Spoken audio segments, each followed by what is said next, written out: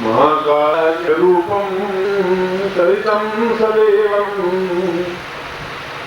पूर्णोन्मतां पूर्णमदैव रूपं सर्वोन्मतां पूर्णमदैव तुल्यं एकोऽपि सूर्यो भगवान् सुदेवम्। ये श्लोक अपने आप में भगवान कृष्ण के मुंह से निकला हुआ श्लोक है।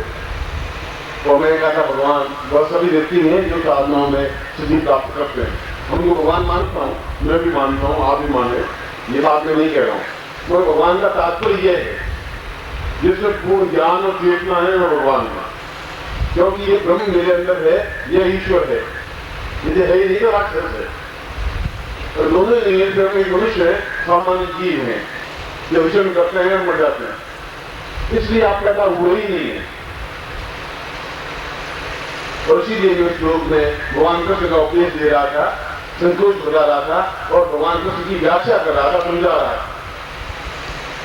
और जितना तो भगवान कृष्ण देखा उतना तो आपने देखा ही नहीं। उसके जीवन में सुख जैसी चीज मिली नहीं। अगर उसके जीवन चक्र को पढ़े तो जब केवल 2-4 घंटे का था तब उसको उठा करके उसने यशोदा के घर में पहुंचा दिया। माँ का सुख क्या होता है, बाप का सुख क्या होता है, उसको देखना ही नहीं। बिना माँ बाप का पुत्र कैसा होता है तो भगवान कृष्ण रूप में आप देख ले और जेल में पैदा हुआ। इसे बड़ा दुख तो कुछ और होता नहीं, जिसके बाप और माँ बेड़ियों में खड़े हुए हों, जहाँ चारों पर शत्रु हो, वहां वो पैदा हुआ। पैदा होने के बाद में वही और देव जी घर में पैदा हुआ तो 6 महीने बालक का पूछ नहा करके उसको मारने के लिए प्रयोग किया कि इसको किसी प्रकार से मार दे और दूध में जहर मिला कर समाप्त कर दें। केवल 6 महीने के बालक को मां जिंदा रह गया, अगासुर आया, बकासुर आया और भी कई राक्षस आए, राजिया नाग आया, और जो उसने प्रत्येक ने एक ही काम किया, इस व्यक्ति को मिटा देना है, समाप्त कर देना है।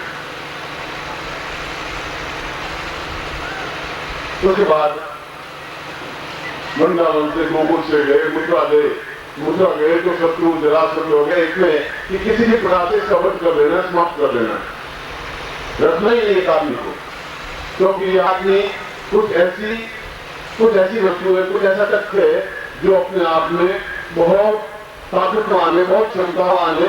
एक व्यक्ति ही 18 अक्षोहिणी सेना के बरोबर है। और श्लोक में यही बताया,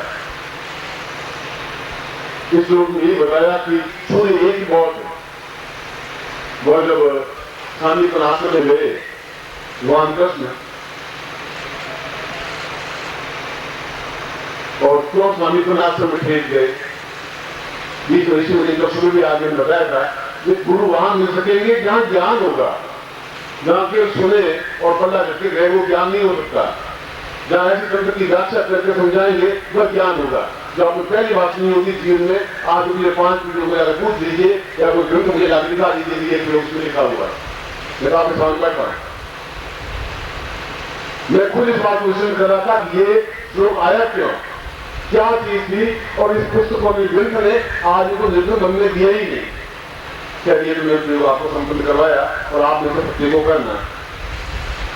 शांतिपन आश्रम में जाकर में सबसे पहले जो प्रणाम किया, उनका मैं गुरुकुल का एक बालक हूँ और आपके पास केवल ज्ञान के लिए आया हूं,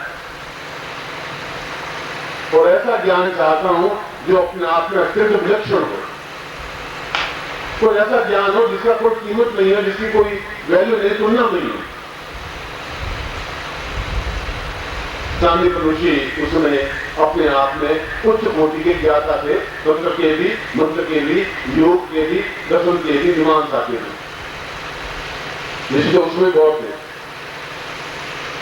क्योंकि आप देखेंगे रघु में भी वशिष्ठ ही गुरु थे, और रघु से 9वां वंश राम का आया, उस बीच 2 पीढ़ियां खत्म हो गई, और राम के गुरु भी वशिष्ठ ही थे। उनके पुत्र लवकुश हुए तो उनके गुरु भी वशिष्ठ थे। तो एक गुरु इतने पीढ़ियां दे चुका और उसके राजा के बीच मरते गए, तो उनके पास तो शैतान था, ताकत थी, क्षमता था। उन्होंने कि मैं जीवन में कुछ बनना चाहता हूं, कुछ होना चाहता हूं, ऐसा ज्ञान मुझे चाहिए। मैं ऐसा घिसा पिटा जीवन जी करके ऐसी सांस लेने की कोई आवश्यकता नहीं, तब तो नहीं है, ऐसा मैं कुछ चाहता ही नहीं। एक बार क्या 10 साल कटाएंगे, 10 साल काटूंगा, गाय चरण विजय के गाय चरण जाऊंगा। इतिहास आपके सामने आपने सुना है, देखा है। मैं बता रहा हूं कि कृष्ण का चरित्र इतना ईजी नहीं है जितना आप केवल मैया मैंने माखन खायो, बोर गए बेटी के मन मोही पठायो, मैया मैंने माखन खायो, आप खुश हो गए कि वो कृष्ण भगवान बहुत प्रेम करते थे और मस्ती है, बस आनंद है। उस व्यक्ति के चरित्र को देखिए, उस चरित्र में एक एक पद को कितना खून और पसीने सींच करके उस जगह पहुंचा है जहां आज हम उनको स्मरण करते हैं। और उसके सामने लकड़ियां काटने की वो देखना चाहता है इसमें तारीफ क्षमता क्या है। मैं आपको देखना चाहता हूं कि आप कहीं से साधना करें तो क्या कि आंच के अंदर बैठ के पंचाली तब फैलाएगा, आंच होगी उसमें तेजस्विता आएगी, उम्मीद कौन से आग पैदा होगी, उस आंच के अंदर आप पक सकते हैं नहीं पक सकते, ये देखना है, जलना नहीं है, मगर आपका शरीर पूरे कुंडल के समान तक होना है, सोने का चमकने वाला बनना चाहिए। इसलिए ये विधान है, मंत्र विधान है। आपसे आधा फुट दूर रखे, 1 फुट, ऐसा नहीं आप यहाँ बैठे कि दिए लगा दे 2 मील दूर से करने, ऐसा नहीं, आपके चारों तरफ दिए लगे होने चाहिए। उन्हें लकड़ियां काटी, गाय चराई, वहां पर रोज आश्रम में शालिग्राम आश्रम में झाड़ू निकाला, गोबर से लीपा और खुद अपने हाथ से खाना बना करके सांदीपन को, सांदीपन की पत्नी को खाना खिलाया। फिर भी मैंने निश्चय किया कि मुझे ज्ञान प्राप्त करना है और कई प्रकार की तंत्र विद्याएं सीखी, मंत्र विद्याएं सीखी, योग सीखा और जो सांदीपन के पास था वह सब कुछ सीखा। आप तो आए भागलपुर से, बिहार से, मध्य प्रदेश से, और वह बहुत इतनी दूर से पैदल चल के वहां पहुंचा होगा, तो ग्राम और ट्रेन नहीं होगी। उसने कहा कि मैं आकाश विचरण करना चाहूँ, आकाश विचरण कर सकूँ, मैं जल गमन करना चाहूँ, जल गमन कर सकूँ, और फिर ताकत और क्षमता ऐसी आ सके कि आने वाली 1000 पीढ़ियां मुझे स्मरण रख सके। मैं हूं तो जीवन है, बस मैं इतना ही चाहता हूँ, आप लोग कुछ नहीं चाहता हूँ, आप मुझे कितना ही कष्ट दे में तुरंत भोगने के लिए तैयार।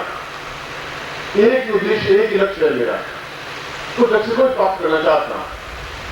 और ज्ञान प्राप्त करके जब मुस्कान में आए वापिस तो देखा शत्रु रंग शत्रु पूरा, जरासंध और दूसरे सारे शत्रु अपने आप में किसी प्रकार इस व्यक्ति का वध हो जाए, हर क्षण अपने आप को सचेत शत्रु रखना।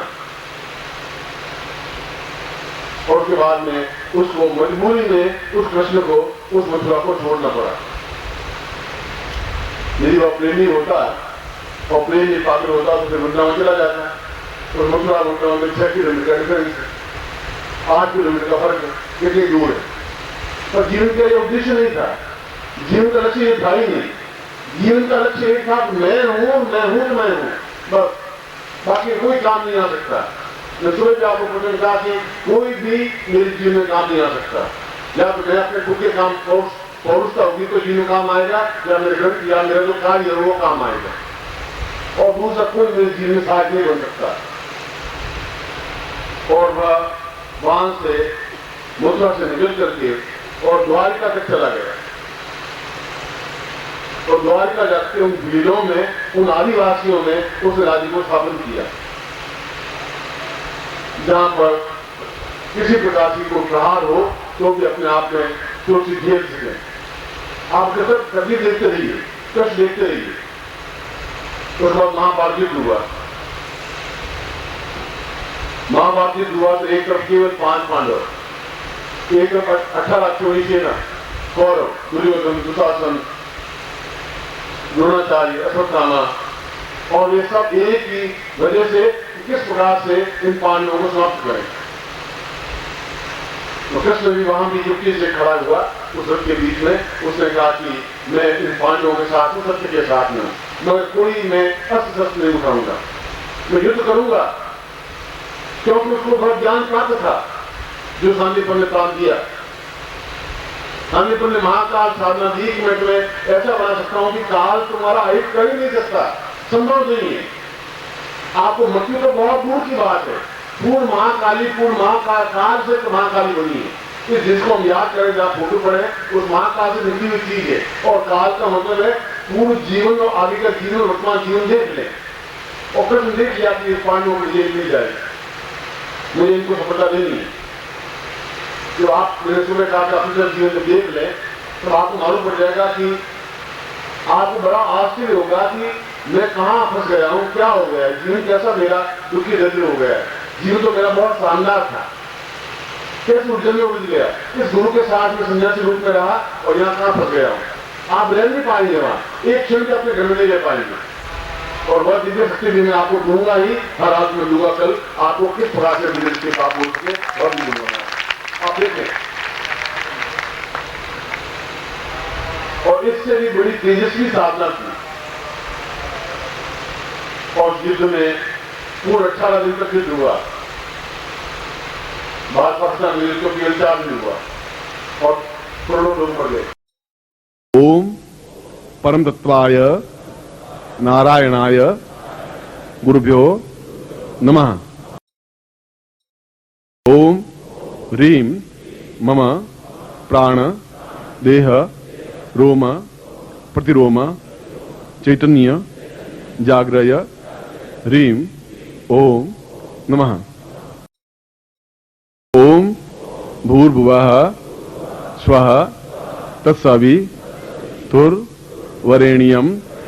भर्गो देवस्य धीमहि धियो यो नः प्रचोदयात्।